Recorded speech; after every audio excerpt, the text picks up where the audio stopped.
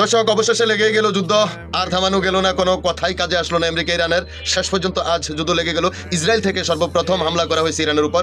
তবে ইরান থেকে হামলা অলরেডি করা শুরু হয়ে গেছে, তেল আবিব এবং হাইফার ভিতরে অলরেডি হামলা শুরু হয়ে গেছে। এর ভিতরে যে আমরা এতদিন যে জানতাম না যে ইরানের হাতে এই অত্যাধুনিক মিসাইলগুলো কোথা থেকে আসলো এবং কই আসিল, এগুলো যেই অস্ত্রগুলো যে মিসাইলগুলো ব্যবহার করা হচ্ছে বর্তমানে, এগুলো খুব অত্যাধুনিক এবং খুবই সক্রিয়। তবে এখানে ডিসাইড হবে দুইটা।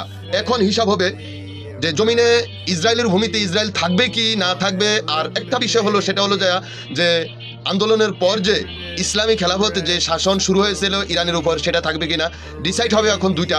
এর ভিতরে সবচেয়ে বড় আলোচিত যে হিসাবটা, সেটা হবে আমেরিকার ঘাঁটিগুলো ইরান রাখবে কি রাখবে না, এবং ইসরায়েলের অস্তিত্ব থাকবে কিনা, সেটাই এখন দেখার বিষয়। অপেক্ষা করুন, প্রতি ঘন্টায় ঘন্টা আমি চেষ্টা করবো আপনাদেরকে আপডেট নিউজগুলো দেওয়ার জন্য। অনেকে আজকে আমাকে অনেক কথা বলেছেন যে ফাও কথা বলি, কিংবা এত কথা বলি কেন। আসলে আমরা যে কথা বলি আপনাদের বিশ্বাস হয় না, শেষ পর্যন্ত যে লেগে গেছে সেটা বুঝছেন তো। আজকে আমার অনেক বন্ধু বান্ধব কমেন্ট করছেন আপনাদের মাঝ থেকেই যে আমরা ফাও কথা বলি না, আমরা যেগুলো নিউজ সত্য সেগুলো আপনাদেরকে দেওয়ার চেষ্টা করি।